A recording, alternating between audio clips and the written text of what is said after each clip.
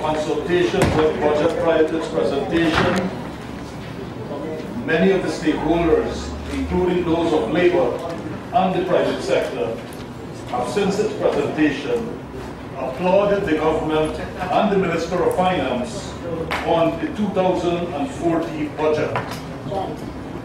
It is unfortunate that the opposition parties did not avail themselves to the invitations of the Minister of Finance to engage in the discussion on the budget prior to its presentation. This indeed is a lost opportunity. But when we listen to the opposition, all we hear are negative views with no real or concrete proposal or some advice to enhance the budget or the economy. I therefore speak today in support of this budget and urge that it be given unanimous acceptance in this House. Mr. Speaker, before I go into details of the budget discussion, I merely wish to highlight some of the activities successfully undertaken by my ministry during the year 2013. The Labour Department. The Ministry of Labour, Occupational Safety and Health Department during the period under review made some significant achievements in the following areas. 1. We ratified the ILO Convention 189 on domestic workers, thus making Guyana the first country in the Caribbean to ratify the Domestic Workers Convention in August 2013. We prosecuted 19 cases which were reported for failing to pay the minimum wage, and charges were filed against one of the largest security firms for violating the national minimum wage, and that is the strategic service. On the national minimum wage, we issued the work order which became effective, as the Minister indicated in his budget, 1st of July 2013. The new order stipulates a 40-hour work week and 5 days per week, 8 hours daily. The new order paved the way for new categories of workers to benefit under the 40 hours work week scheme. As the Minister pointed out in his budget speech, over 31,000 workers have benefited from this arrangement and are now entitled to leave with pay benefits. I heard Honorable Member Ms. Valda Lawrence spoke just now on violation of workers' rights. But these two measures, Mr. Speaker, the signing of the Convention 189, as well as the introduction of the minimum wage order, offered real protection to workers whom she mentioned have been exploited. And the Ministry of Labour will pursue any employer that violates the rights of workers. We will not turn a blind eye to any infraction of the labour laws of this country.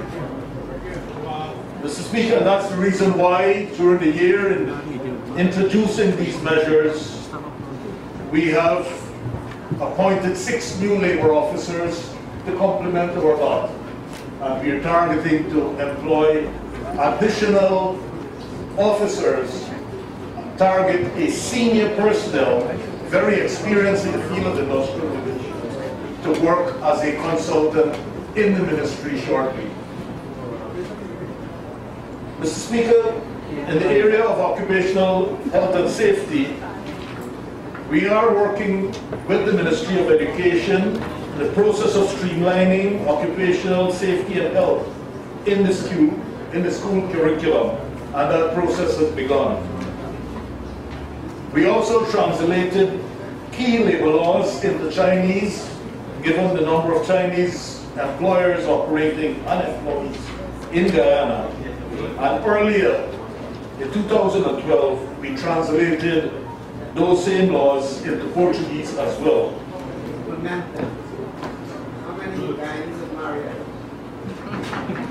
We also had interaction with the Ministry of Education, and interventions on the issue of child labor were conducted in schools across Guyana.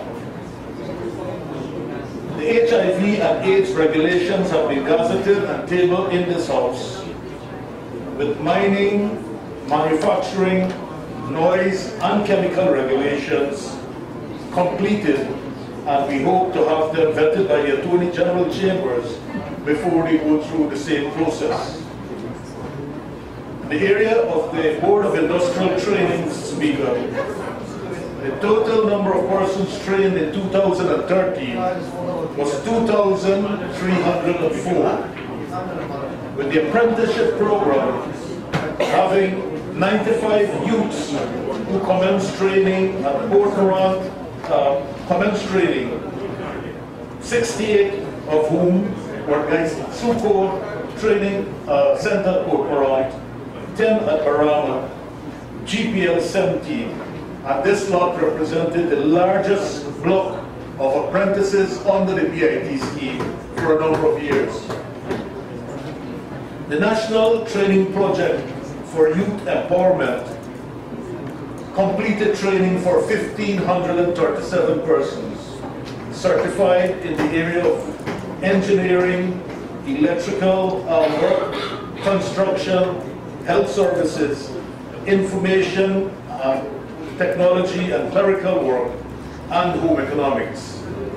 The single parent training program completed 447 persons at the end of last year, certifying in garment manufacturing, construction, cosmetology, catering, and some as drivers, salespersons. And this would answer the question, the issue raised by Honorable Member Valda Lawrence, whether we are sticking to one program.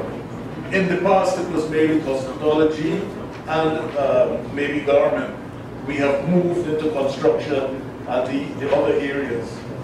We also have had extended programs where 113 persons were certified at the forestry training school, 112 and 112 at the evening class program conducted by GAISUCO, mostly in the area of information technology. Those at the forestry training school have been conducted in the area of forestry harvesting and other activities. Mr. Speaker, because we have attached great importance to the Board of Industrial Training scheme, a number of companies have applied, and we have examined their applications with what they are doing. And we certified over this period new companies in addition to GAISUCO, GPL, and GNIC, which existed before. We've added to that Barama Company Limited. The Republic Bank has been approved, and we're in consultation with them on their training program for school leavers in the banking industry. And we're working with the Forestry Commission, which we will certify them as a masters under that program. During the year, also, Mr. Speaker, we have acquired 2 new bobcat machines, heavy-duty equipment with implements to enhance our training program for heavy-duty equipment operators, since this skill is in high demand with an equally high response rate. So added to the 2 which we already have, we now have 4, which we will carry across the country to increase our training in this program. And again, this is in response, this answer would be in response to what Ms. Valda Lawrence said just now, that we should not stick into merely one program. We are moving ahead.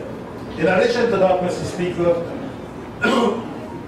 we have been in consultation with the Minister of Health and the Ministry of Health, and we've seen the need to train more biomedical trainees, bring them into the field, because that has become a scarce area of endeavor and want to be self-sufficient.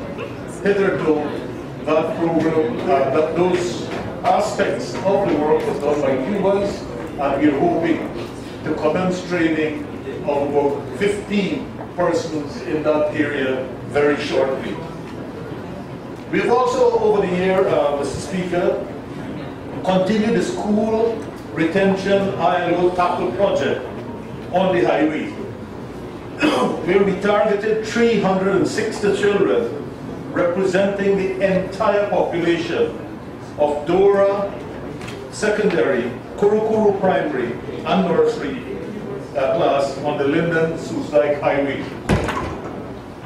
That project, which came to the end at the end of the last year, saw an investment of $222,878 financed mainly by the ILO, with Guyana's contribution amounting to $365,000. Prior to that project, Mr. Speaker, records from the Dora Secondary, for example, showed a 65% average attendance rate.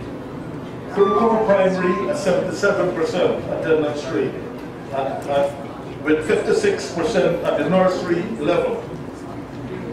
Consultation with parents and teachers revealed that the primary reasons why many children were unable to attend school regularly were due to financial constraints. Our project intervention included the following.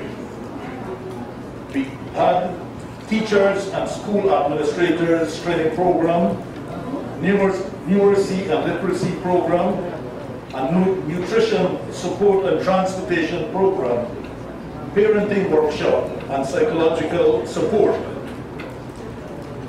The program, which was launched in September 2011, saw within 2 weeks of its implementation that attendance had moved from 64% to 94%. The other results included punctual and regular teachers and students' attendance because they were provided with transportation. The teachers' attrition rate had reduced considerably. The school, for the first time, presented 18 children to write the National Grade 6 examination in 2012. The previous highest number never exceeded 7. The school entered into the National Poetry Competition and caught the prize for that competition. One student at Dora Secondary School recorded 8 CXC subject passes, the best performance the school had in a decade. The ILO project, as I indicated, Mr. Speaker, concluded, and I'm advised, because my ministry was working in conjunction with the Ministry of Education, that this project will continue by the Ministry of Education. The U.S. Department of Labor ILO HIV/AIDS project also concluded recently. This project started in October 2003 and concluded on February 2014. It was funded by the United States Department of Labor between the years 2003-2006 to the tune of $397,000.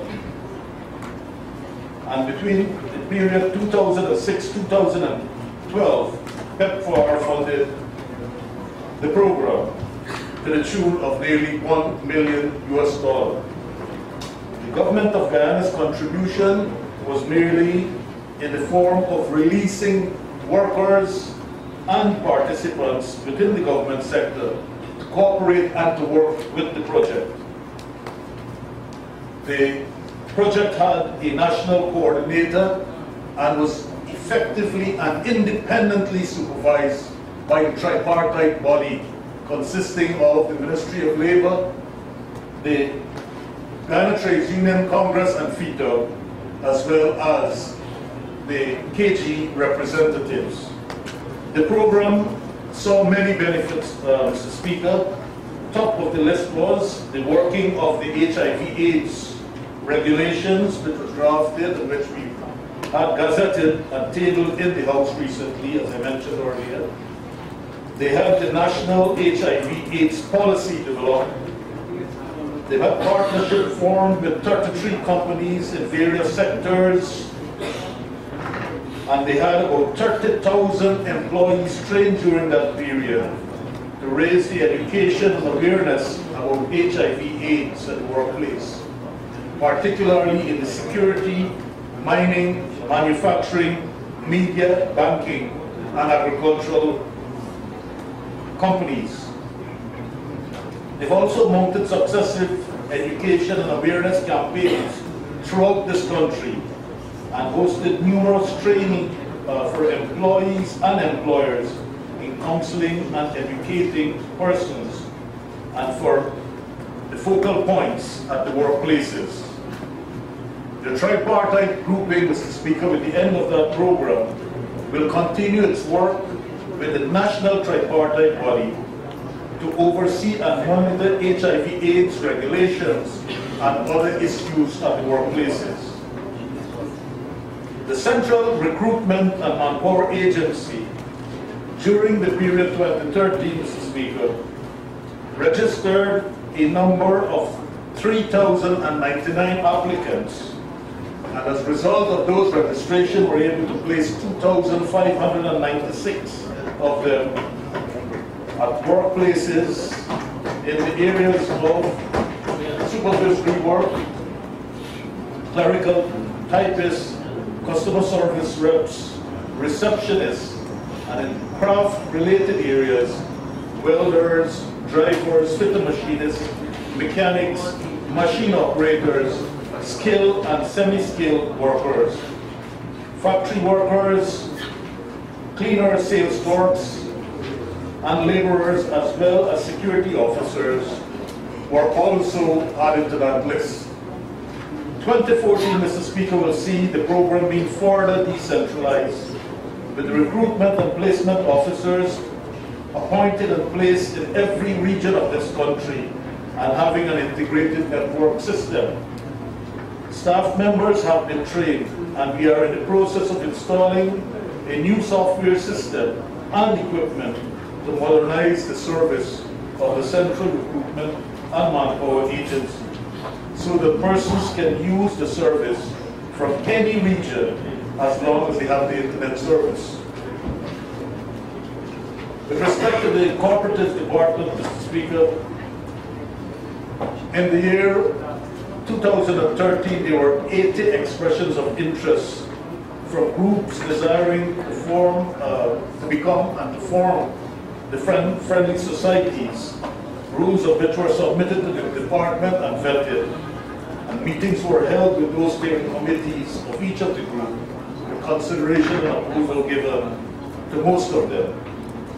They've also, over the period, conducted investigations into the friendly societies activities, 3 of those. They have audited 50 and released 47 audit reports to these societies, and they have had a total of new registrations of about 30. While they conducted field visits of 9 of these agencies based on reports received. With respect to the cooperative societies, 4 new ones have been registered, 2 were cancelled in 2013. Inquiry and investigations were held against 3 of the societies. Amendment for rules of those societies.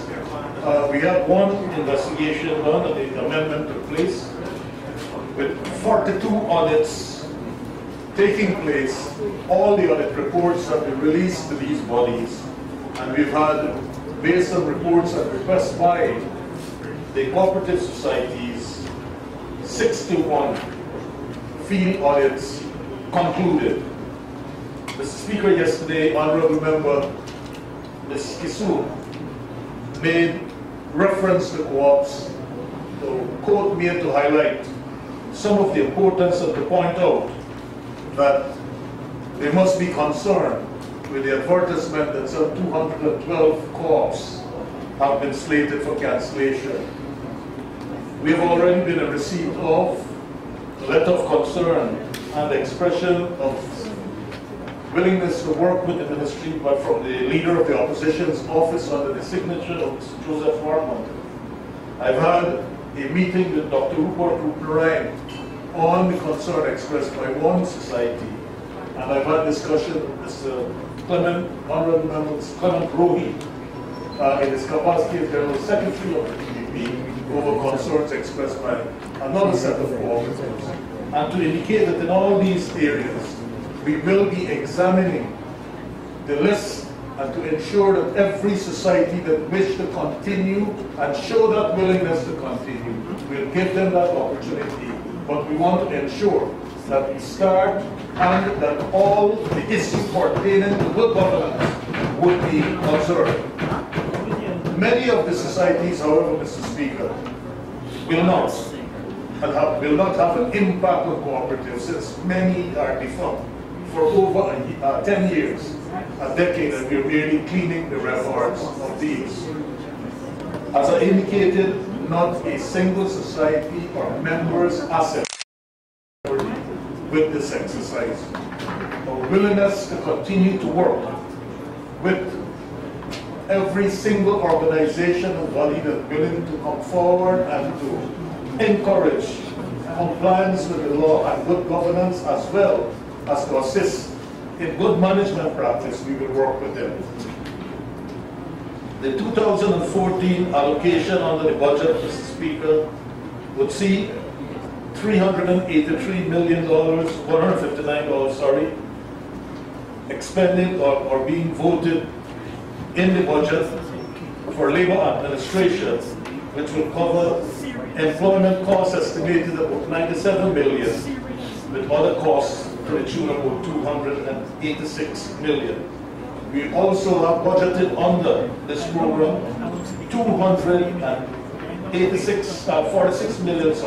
46.8 million for our capital program. The budget allocation for 2014 with respect to these agencies, therefore, Mr. Speaker, will see the continuation of these programs with improved results and participation in 2014. I now turn, Mr. Speaker, to some of the salient points raised in the budget and which have been raised by members during the course of the debate. I want to deal, sir, first of all, with respect to the issue of wages and workers' interests. Mr. Speaker, the Honourable Minister of Finance indicated that budget 2014 is expected to see the economy growing by 5.6%, and with the world economy, when you compare that, we'll see a growth of about 3.7%. What is significant, Mr. Speaker, is that for the year 2013, we have had the highest growth rate over the period, showing 5.2% increase, with inflation pegged at about 0.9%, the lowest inflation rate in almost a decade. Compared to the world performance, Mr. Speaker, the world performance average a mere 3%. When you take 5.2%, Mr. Speaker, as the economic growth, measure up with the rate of inflation, and we examine what was paid to public workers as well as what was done for workers in other sectors, you will see that 2013 has been one of the most successful years in decades for the workers of this country. The real wages have been protected in a real way. Unlike, Mr. Speaker, what has happened in the past. I wanted to prevent going into it. The Honourable Member for the Lawrence, Honourable Member for the Lawrence, in her presentation made mention to not a cent more, a statement alluded to earlier in Dr. Jagan's life as a politician and administrator of this country. The issue has been one which has been raised several times but must be given clarity. Dr. Jagan did not in a high-handed way said not a cent more. he was engaged in negotiations with the unions, made offers, and in fact paid offers, and indicated that he didn't have more money after he would have paid. He was involved in a true process of collective bargaining, unlike what had happened in the past. In the mid-1980s, Mr. Speaker, in the mid-1980s, we had the infamous Hoyt Circular, which proscribed collective bargaining. No agency, no one was allowed to engage in any form of collective bargaining and settling any agreement with anyone. That's what we had in the 1980s. In 1979, we had the withdrawal of increments and refusal to pay workers their benefits. While for 2 years in the 1980s, there was introduced a wage freeze. That must be measured with what has happened between 1992 to 2013. In addition to that, Mr. Speaker, the situation in the country in the 1980s got so miserable and so desperate for workers that analysis done by high-ranking economists, including Professor Thomas, showed that real wages in the 1980s declined by 45% below the 1942 level. In addition to that, sir, when we compared in the 1980s and put the diet of the slaves under slavery, put the food and cost it in the 1980s, we found that the slaves were enjoying a better cost than the workers in this country. And those studies were done. Mr. Speaker, when you examine the performance of the economy over the years under the PDPC administration, and when you examine the wages paid, you will find that the PDPC administration has improved real wages in a railway.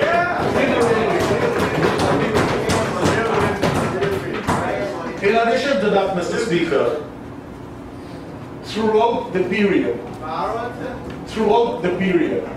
even when there was poor performance in many sectors, we see that wages were paid, some level of wages. But that is not all, Mr. Speaker. That is not all. When you look, in addition to that, when you look around the country and you witness development, even the blind people would say that they have never seen development of this magnitude. Look around the countryside, Mr. Speaker, and see the numerous homes. The workers in this country have been given the opportunity to own their own homes. In the past, sir, the workers in this country were limited to housing opportunities, and they were limited to banking facilities and loans. Interest loans were in the vicinity of 20 and 21%. Under the PPP administration, that dropped to 3.95% for low income. Workers who are low income can own their own homes as a result of that, with repayment being less than what it takes for you to rent a bottom house these days. So every worker is being encouraged. More and more public servants, Mr. Speaker, are given opportunity under the scheme to own their own homes. Police officers, public servants are all given in this 30,000. When you look at the economy, Mr. Speaker, you will see progress in the banking sector.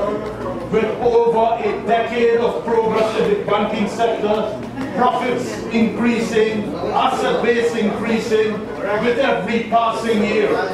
Look at every one of the financial reports. Look at large companies, Mr. Speaker, and you will find that every single large company, and even those mushrooming, are becoming very, very large companies, establishing branches outside of Georgetown. Georgetown is no longer the hub for business activities. almost in every village, in every region, there are many business activities and employment creation in these areas. So, Mr. Speaker, I now turn to the issue of the sugar industry, something that has been near and close to my heart.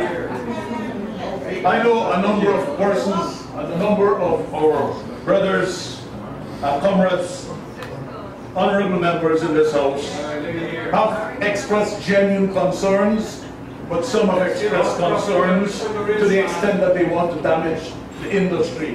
They believe it is no more. But sugar has over 300 years of history. And as a young man, I grew up reading the story of British Guyana is about the sugar industry, not anything else. The story of Guyana and the history of Guyana is about the history of the sugar industry.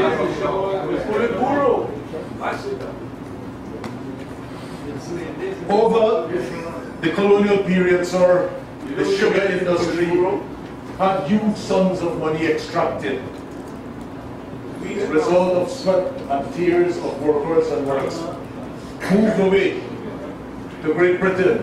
And it was said that huge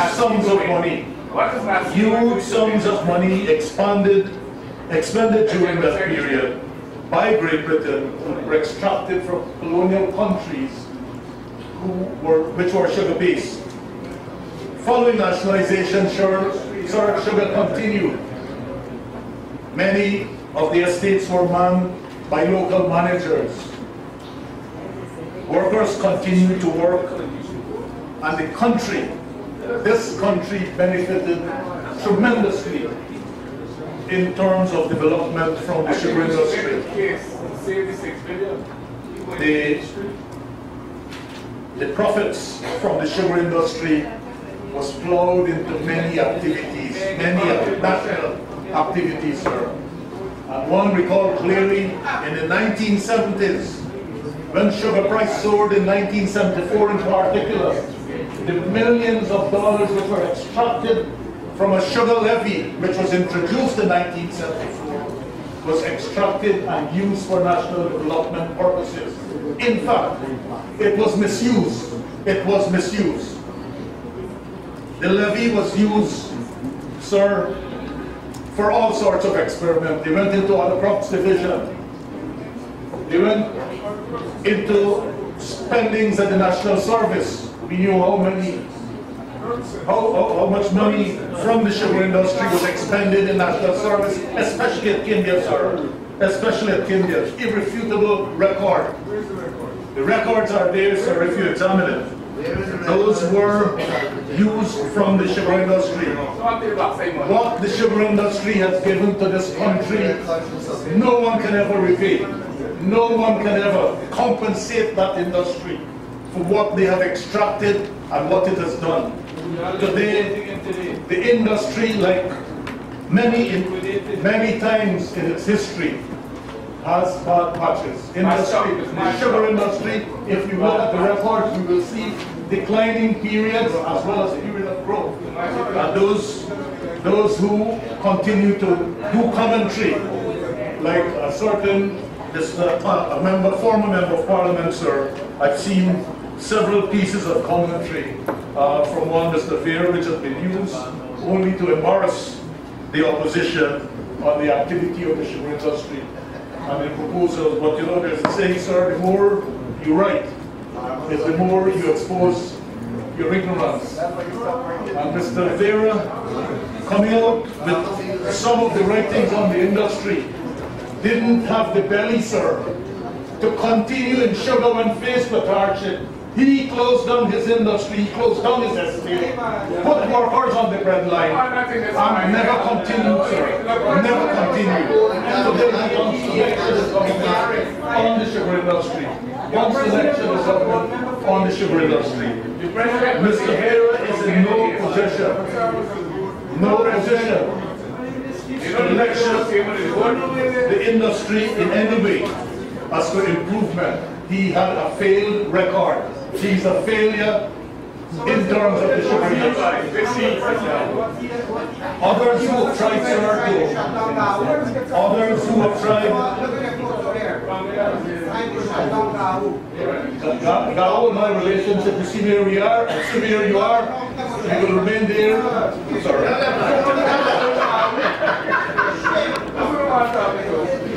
Yes, sir. The sugar industry has played this important part. We hope that in all the rankings people will see, our colleagues will see, the honorable members, the wisdom in making this allocation so that we can bring this industry back. It is important to note, sir, that the economic survey either 2011 or 2012 visited the Skeldon Sugar Factory, headed by Mr. Winston Murray with Mr. Vera, part of that body, that grouping. And during the visit, I was there, sir, during that visit, they were satisfied as to the management team, and they expressed that publicly, and they were satisfied what was being done to correct the measures in the sugar industry. That was public, sir, in the meetings with the management. We continue that development process and those corrective mechanisms. And I want to say, without any fear of contradiction, or I want to say, like the Minister will tell you, Minister of Agriculture, that sugar and Skeldon factory will continue and make progress before the end of the year. We will succeed. The problem of Skeldon, sorry if I may say, the problem of Skeldon is people wanting to be educated has nothing to do with the government of Guyana. The problem of Skeldon has to do with the management team brought in by the People's National Congress in 1990. Brought in by the People's National Congress in 1990. That management team was responsible for the supervision of the factory and created enormous problems. And Mr. Speaker, because this matter is in court, I will not delve more, but allude them to a writ which was filed by SUPO and signed by me, in which I gave evidence in court as to the numerous failings of SUPO management, for which under the leadership of Minister Robert Tassad, we fired them. We fired them and did not pay them.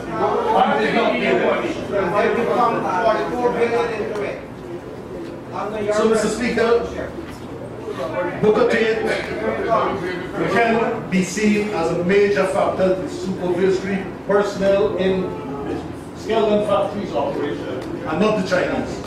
Not the Chinese.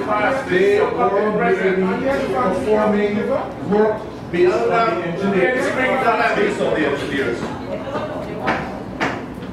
I will urge my colleagues here, for if they believe in the interest of the sugar workers and learned and honorable members from the AFC, who came from the bowels of the PPP, and the father of the nation, Sheikh Jagan, and saw the struggles and admired and continued, will not cause him to turn his grave if they were to vote against the sugar industry and the workers. Because, Mr. Speaker, we have a glorious opportunity. We don't want to go back into the past. We don't want to delve in the past.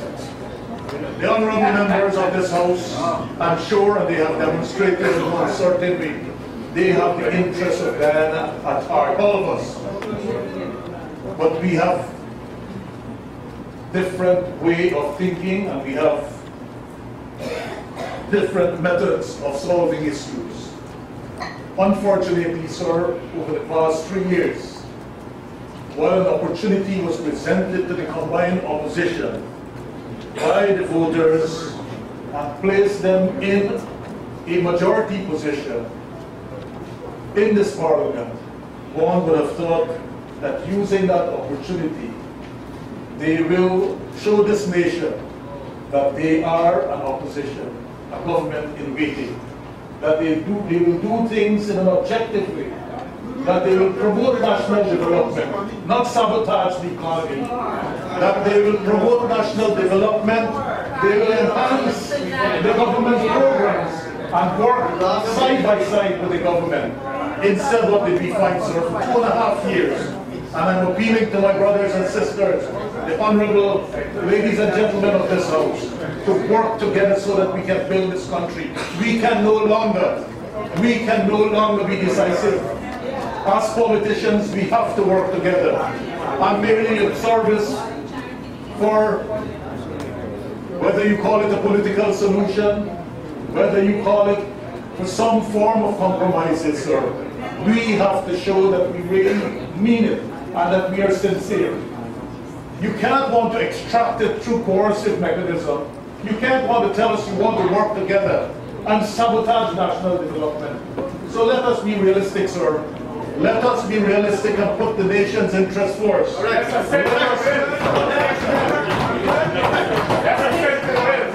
us work together, sir. Let's assemble those bills here. Correct. Let's assemble those bills. Let's look after Russo. Don't make no demands, new demands.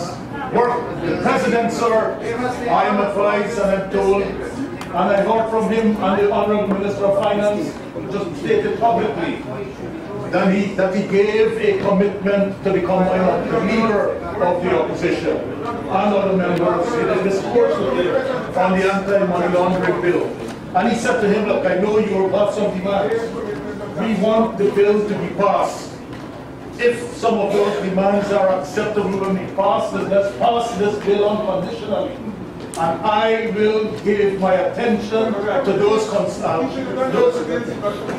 issues which you are concerned with, and we will work there. That was a genuine offer, sir. That was a genuine offer. I believe this nation can ill afford not to pass the anti-money laundering bill, sir. The nation's future, every Guyanese future is at stake. Every Guyanese, every worker. And so I feel, if you want to see goodwill, sir, show goodwill. Political grandstanding, sir, from either side will not work. There is need for us to rise above the level, sir. Let us work together. I gave the assurance to my colleagues, and all my colleagues on this side, that we will work feverishly with colleagues on the other side. If goodwill is shown from today, that we will work to build a better Guyana and work together in the interest of this country. Our country can no longer sail in an area of doubts and an area where we fight each other daily, where every position is seen merely from one party's point of view. We have to listen to each other. We have to negotiate with an open mind. And we have to say sometimes it's not always what we prefer. It's what is right for Guyana. Sir, I'm reminded of Shakespeare, Julius Caesar, when he said, there is a tide in the affairs of men, which taken at the flood leads on to fortune. Omitted on the voyage of their life, is bound in shallows and miseries. On such a full sea are we now afloat, and we must take the current when it serves, or lose our ventures. The PPPC administration has a course, Mr. Speaker. It has a course. We call on our colleagues to work with us.